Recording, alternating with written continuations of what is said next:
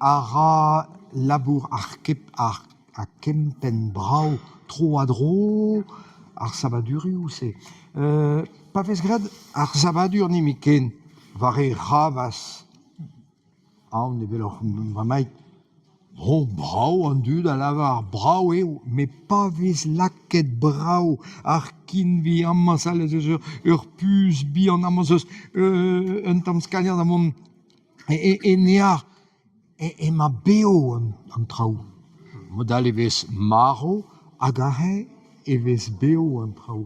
Hag an dra zo evidom a zo madie. Hag evet just ez eus ie,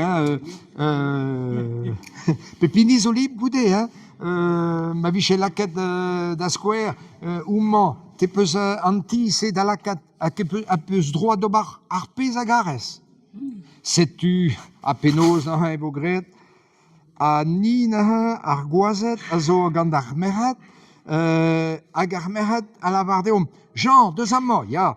Lak un tamm planken a he a gradin ur skalier. Setu Jean a zad ober an dra ha blij champion. Setu goude an nini a zo va karget va antise a ra pez a gar.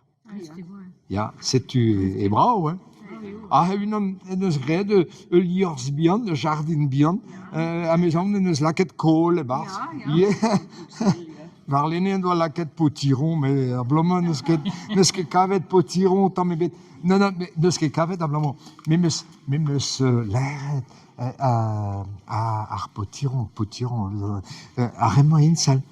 Avalou, mais pa vez laket e gise e vije lavaret eo potiron, ya, mais...